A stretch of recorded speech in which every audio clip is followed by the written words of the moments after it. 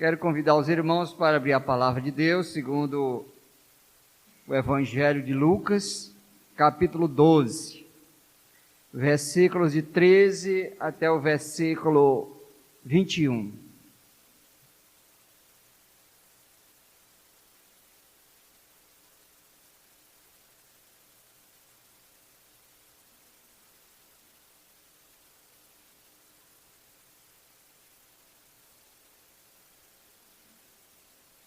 Lucas capítulo 12, versos 13 a 21. Todos os irmãos encontraram? Eu vou ler, os irmãos acompanhem suas Bíblias, Lucas 12, 13 até 21. Nesse ponto, um homem que estava no meio da multidão lhe falou: Mestre, ordena a meu irmão que reparta comigo a herança.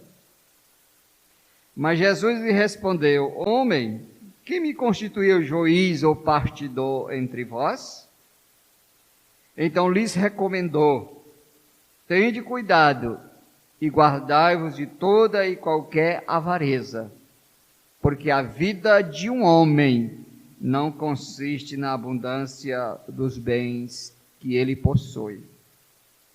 E lhes proferiu ainda uma parábola, dizendo: O campo de um homem rico produziu com abundância. E arrazoava consigo mesmo, dizendo: Que farei, pois não tenho onde recolher os meus frutos? E disse: Farei isto: destruirei os meus celeiros, reconstruirei maiores, e aí recolherei todo o meu produto e todos os meus bens. Então direi à minha alma: Tens em depósito muitos bens para muitos anos. Descansa, come, bebe e regala-te. Mas Deus lhe disse: Louco, esta noite te pedirão a alma, e o que tu tens preparado, para quem será?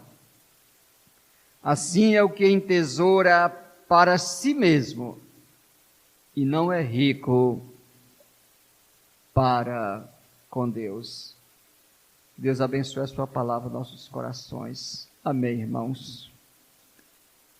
Meus irmãos, como é que você avalia a sua vida? Como é que você avalia se vale ou está valendo a pena viver? Como é que você avalia se você tem uma vida boa? Muitas pessoas avaliam a vida se elas têm saúde. Então, se tem saúde, está valendo a pena viver. E aí, saúde é uma coisa boa. Porque sem saúde nós não podemos trabalhar, ficamos limitados para adorar a Deus, mas certamente isso não é tudo.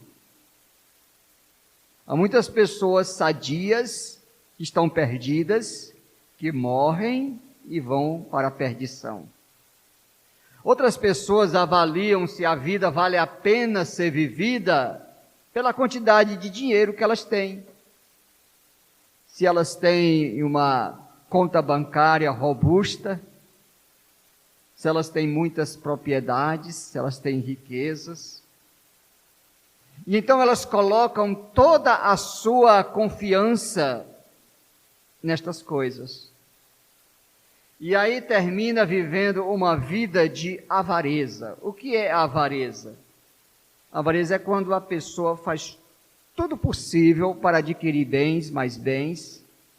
E quando passa a idolatrar estes bens, estas riquezas, ou seja, essas riquezas, elas substituem Deus no coração do homem. Aliás, a riqueza é um Deus com letra minúscula, né? Jesus Cristo disse: Não podeis servir a dois senhores, não podeis servir a Deus e as riquezas, a Mamon. A palavra lá no original é Mamon, que é o Deus das riquezas. Então a riqueza, ela compete com Deus, o Deus verdadeiro, para conquistar o coração do homem. E muitas pessoas se deixam levar por isso. Meus irmãos, o texto que nós lemos vai tratar exatamente disso. Muitas pessoas, muitos pregadores, eles enfocam na questão da parábola em si. Mas a parábola em si é só para Jesus ilustrar o que ele acabou de proferir. A ilustração da parábola é para enfatizar uma verdade que ele acabou de falar para a multidão. Jesus Cristo estava pregando no meio de uma grande multidão. A palavra de Deus diz no verso 1 do capítulo 12, posto que miríades de pessoas se aglomeravam, miríades, muitas pessoas estavam ouvindo Jesus. E então, no meio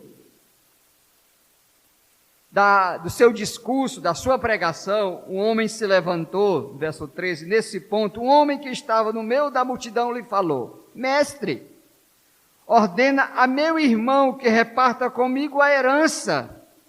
É interessante que este homem já tinha tomado uma decisão, ele queria somente usar Jesus para que Jesus ordenasse ao seu irmão que repartisse com ele a sua herança. Ele já tinha tomado a sua decisão. Ele só queria usar Jesus. Por que ele pede isso a Jesus?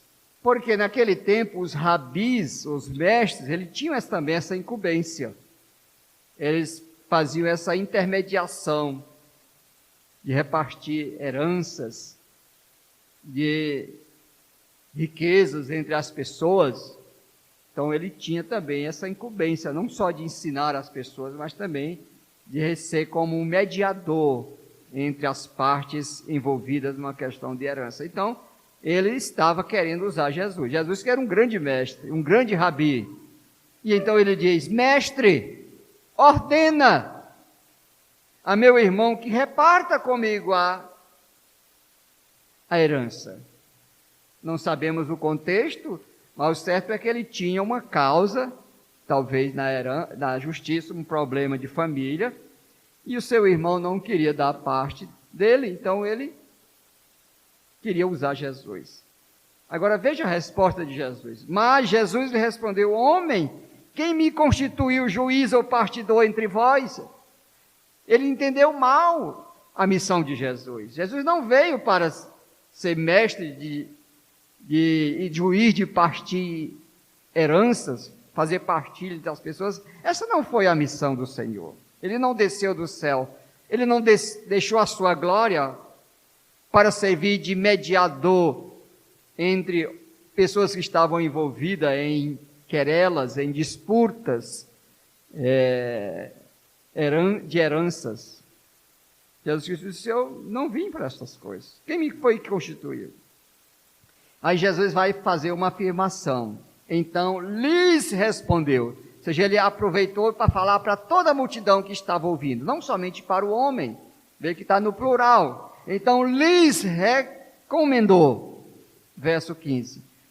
Tende cuidado e guardai-vos de toda e qualquer avareza, porque a vida de um homem não consiste na abundância dos bens que ele possui. Como eu disse, muitas pessoas avaliam a sua vida se ela tem dinheiro. Se tem dinheiro, vale a pena viver. Se não tem, não vale a pena viver.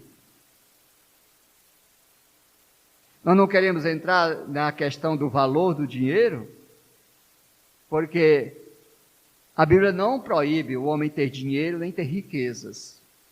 O que a Bíblia fala é o amor ao dinheiro, é a raiz de todos os males, não o dinheiro em si. Dinheiro nunca é em si problema. Ele pode se tornar um problema. Dinheiro é amoral, ele não tem valor imoral nem moral. É uma coisa neutra, depende de como você usa, de como você utiliza estas coisas. Então Jesus Cristo disse, tende cuidado e guardai-vos de toda e qualquer avareza. O apóstolo Paulo diz lá, estou pregando sequencialmente lá em Horizonte, na carta de Paulo aos Efésios, ele diz que a avareza é idolatria. A avareza é idolatria. Ou seja, a avareza, ela substitui, aliás, o dinheiro substitui Deus no coração do homem. O homem rico, ele pensa que ele se basta, que ele é autossuficiente, que ele não precisa de ninguém, que ele já tem tudo. Ele acha que com dinheiro ele compra tudo. Nós sabemos que isso não é verdade, mas ele pensa isso. Por isso Jesus Cristo, olhando para a multidão e respondendo àquele homem, disse: tende cuidado. Havia aquelas placas de sinalização, cuidado, não ultrapasse, cuidado, não sei o quê. Então Jesus disse: cuidado, se guardem de toda e qualquer avareza. Por quê? Porque a vida de um homem não consiste, o valor da vida não consiste na quantidade de bens que ele tem, que ele possui.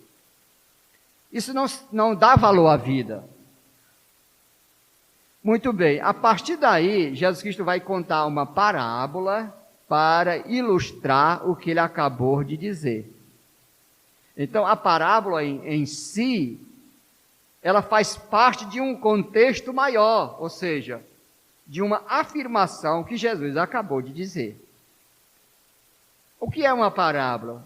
Uma vez perguntando, o que é uma parábola? A parábola era um recurso literário muito usado na época, em que os mestres utilizavam de elementos comuns da vida do povo para ilustrar verdades espirituais.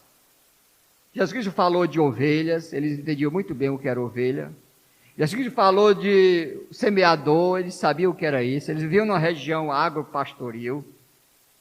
Jesus Cristo falou da videira, eles sabiam o que era isto.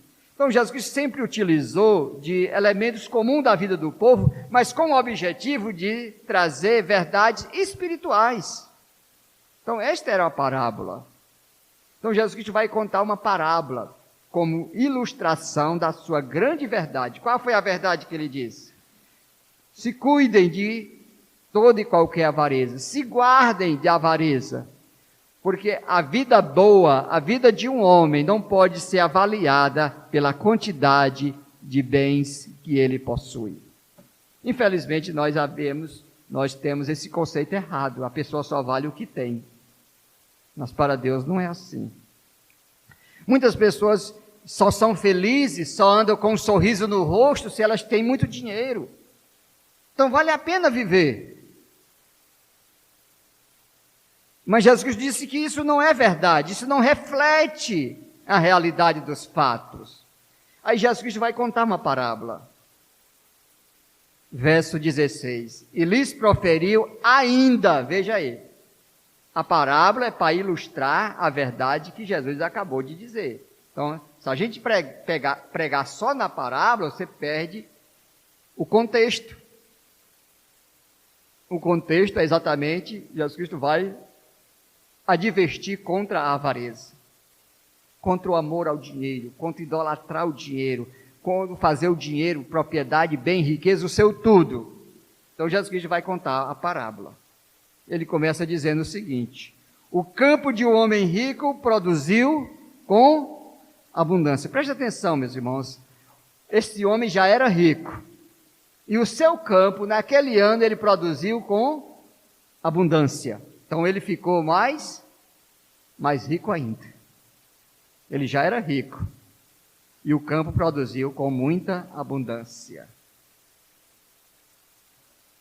Mas ele começou agora a ter problemas. Tem gente que diz que riqueza não traz problema.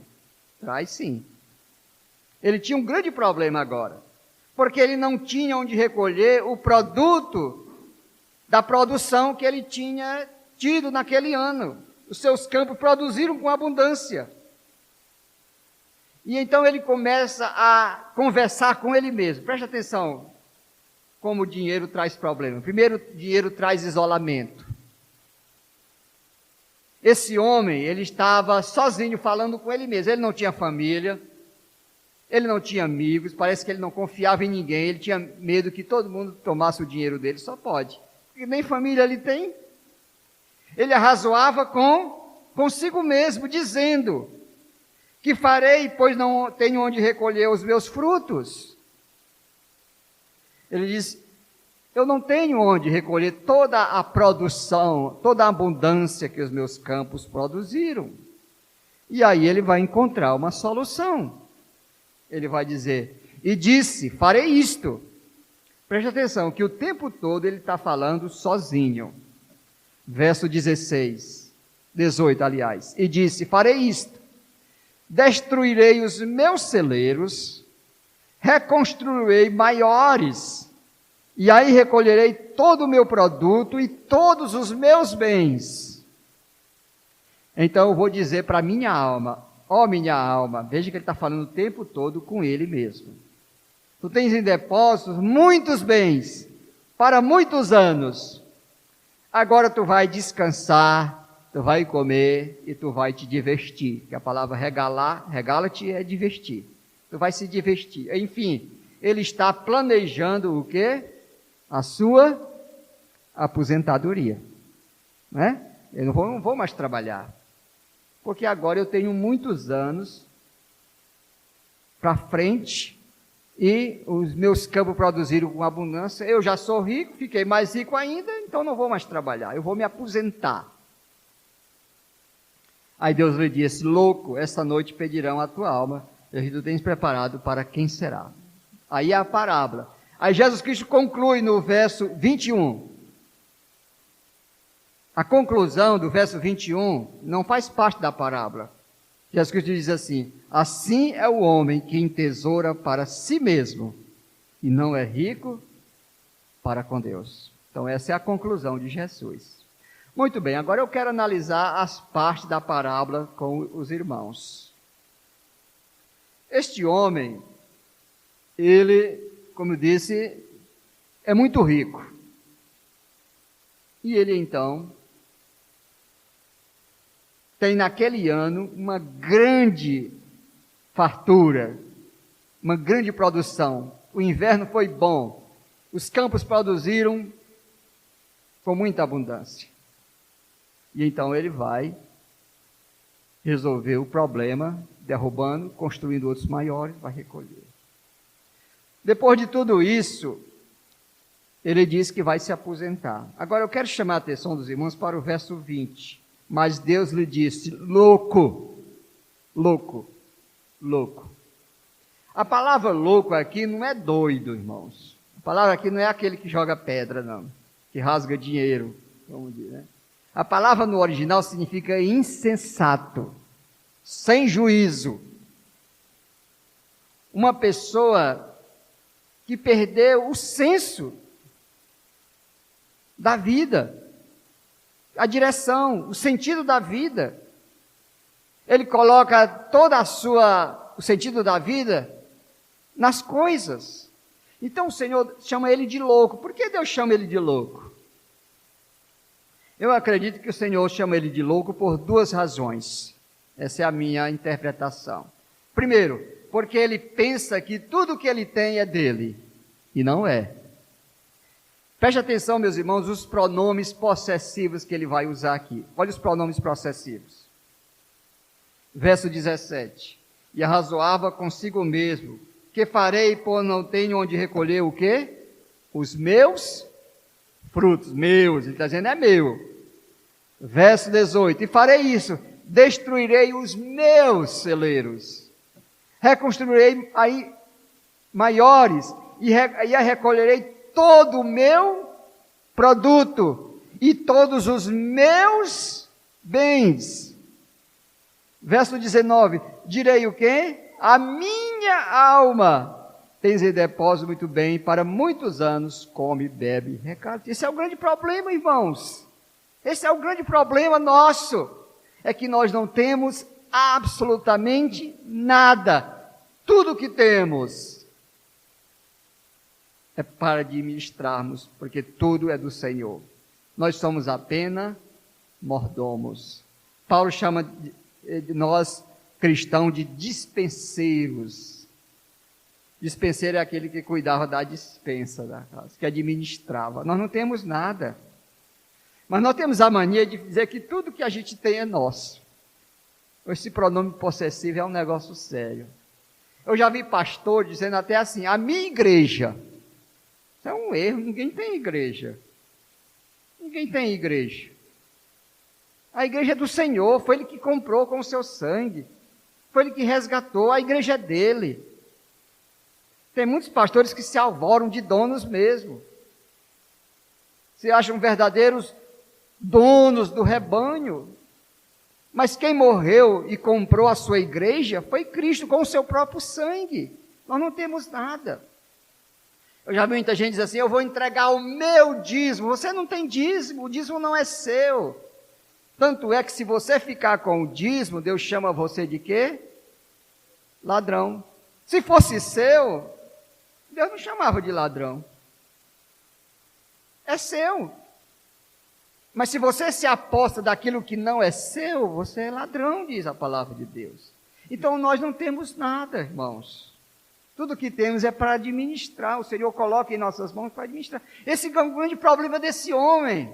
Por isso que o Senhor Deus chamou ele de louco. Tu és um louco. Tem gente que diz assim, rapaz, aquela pessoa é tão pobrezinha que não tem nada, só tem a vida. Já viu essa parte? Mas não tem nada mesmo, porque nem a vida nos pertence. Nós não temos nada. E essa é a minha segunda dedução. Por que Jesus chamou ele de louco? Primeiro, porque ele pensa que tudo que ele tinha era dele. Meu, minha, meus, minhas, tudo é meu, tudo é meu, tudo é meu. Segunda razão, é porque ele achava que o futuro estava em suas mãos. A vida lhe pertencia, ele fazia dela o que ele queria. Veja que ele diz no verso 19, então direi à minha alma, tens em depósito muitos bens. Isso é verdade. Ele tinha muitos bens. Para muitos anos, aí já não é verdade. Porque ele não sabia quanto tempo tinha. Você sabe quanto tempo você vai durar nesse mundo? Você sabe? Quem lhe garante que amanhã você está vivo? Eu tomara que todo mundo esteja, viu? Como diz o cabo, não estou agorando ninguém. Mas quem lhe garante? Quem me garante que eu vou estar? A vida é imprevisível. Então ele diz, eu tenho em depósito muitos bens para muitos anos. Irmãos, o mais trágico da vida desse homem é que ele se aposentou na noite da sua morte. Você já se pensou? Você se aposentar na noite que vai morrer? Isso é loucura, e foi exatamente o que aconteceu. Mas Jesus está contando toda essa parábola para mostrar o quê? Para mostrar que a vida de um homem não consiste na abundância dos bens que ele possui. A vida não pode ser avaliada nesses termos. Não é a quantidade de bens que vai fazer com que eu seja feliz, com que eu tenha uma vida boa. Meus irmãos, eu me lembro como se fosse hoje. Como sempre, eu sempre preparo a mensagem que eu vou pregar. Durante toda a semana eu vou estudando o texto. E quando eu chego no domingo, eu já sei o que eu vou pregar à noite. E eu me lembro como se fosse hoje. Eu estava chegando na igreja presbiteriana de Tauape. O ano era 1994. Muitos de vocês não eram nem nascidos. Não é, Bruno, né? 94. Eu estava chegando na igreja. Eu entrei lá em fevereiro. E eu cheguei, e eu estava... Esse é mês de maio, dia 1º de maio, era um domingo, eu estava me preparando para a escola dominical, quando eu vi o noticiário na televisão. Sabe o que aconteceu? A morte do grande Ayrton Senna. Foi uma coisa que chocou o mundo, chocou o Brasil. Nos anos 80, quem gostava de automobilismo, se levantava cedo para assistir, porque dava gosto, dava prazer, porque nós tínhamos um campeão. Ayrton Senna foi tricampeão do mundo de automobilismo. Isso não é pouca coisa, não. E ainda novo, ainda jovem, ele morreu no dia 1º de maio de 1990. Quem podia imaginar? Quem podia prever? Quem podia? A vida é imprevisível, ela não está no nosso controle. Você não tem controle. Nós não temos controle. É por isso que Deus olha para esse homem dizendo essas palavras: tens em depósito muitos bens para muitos anos. Senhor Deus olha para ele e diz: louco, tu és um louco, porque ainda esta noite vão te pedir a alma. Nem eu nem você sabe quando Deus vai pedir a nossa alma. Pode ser logo, pode ser mais para frente, pode ser daqui 1 ano, 2 anos, 3 anos, 10 anos, 20 anos, 30 anos. No geral, a gente pensa o seguinte: quem é mais velho vai morrer primeiro, não é assim? Esse é o nosso pensamento. Mas todo dia morrem jovens em acidente. Todo dia morrem jovens assassinados. Todo dia morrem crianças de bala perdida. Todo dia morrem pessoas ainda na faixa de 30, 40 anos, morrem de AVC, ataque cardíaco. A vida é imprevisível. Nós não temos controle sobre ela. A Bíblia chama a vida, tem várias metáforas que a Bíblia usa. O Tiago chama a vida como um vapor. Lá a tradução é neblina, mas não é neblina. Ele diz assim: que é a vossa vida? Sois apenas como a neblina que aparece e logo se dissipa. A palavra lá não é neblina, é vapor. O que é um vapor? As mulheres que cozinham sabem o que é um vapor. Quando a panela está fervendo, você abre, levanta a tampa, o que acontece? O vapor sai. Depois desaparece. Moisés, no Salmo 90, diz que a nossa vida é como um breve pensamento. É interessante como a gente muda de pensamento, não é? Às vezes até na igreja, ouvindo a mensagem, daqui a pouco a gente está lá pensando no futebol.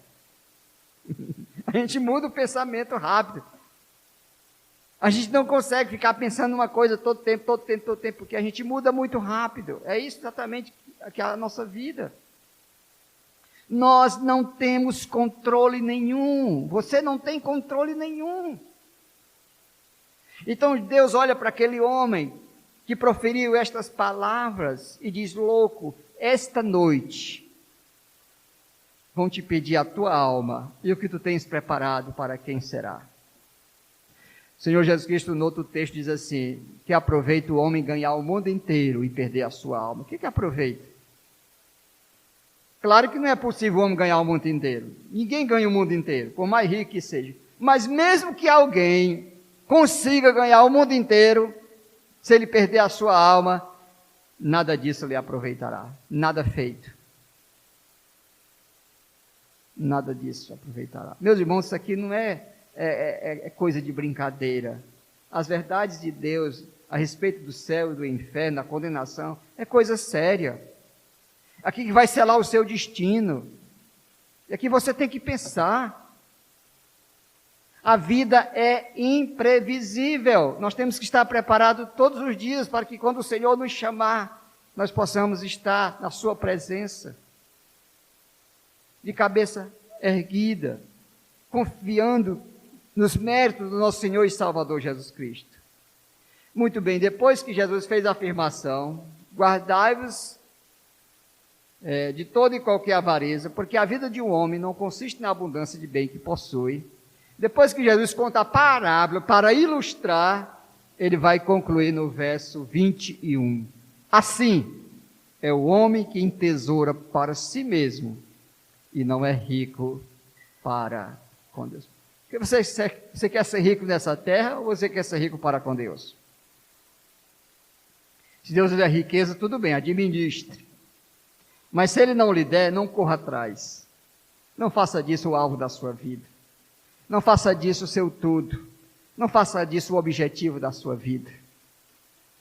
O apóstolo Paulo disse: se nós tivermos o que comer e o que vestir, estejamos contentes.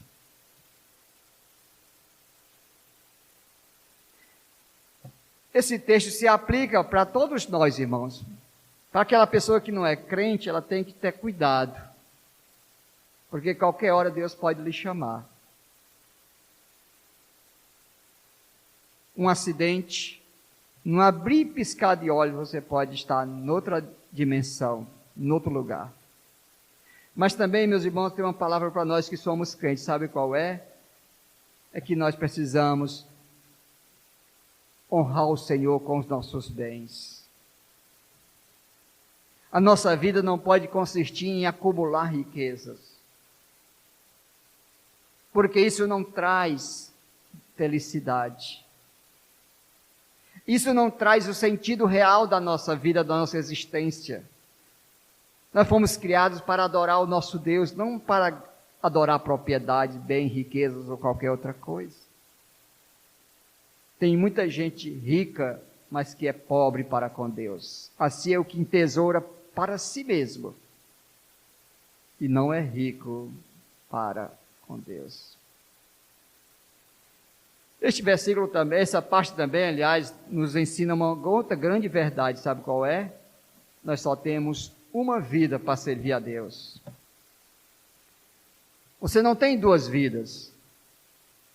Há muitas pessoas que são crentes, membros de igreja, que têm membros, têm cargos, batizadas, mas não tem tempo para Deus. Ele diz, quem sabe amanhã? Esse ano não quero nenhum cargo, mas no próximo ano, como é que você sabe que vai viver no próximo ano? Quem que lhe garante? Quem lhe deu essa garantia?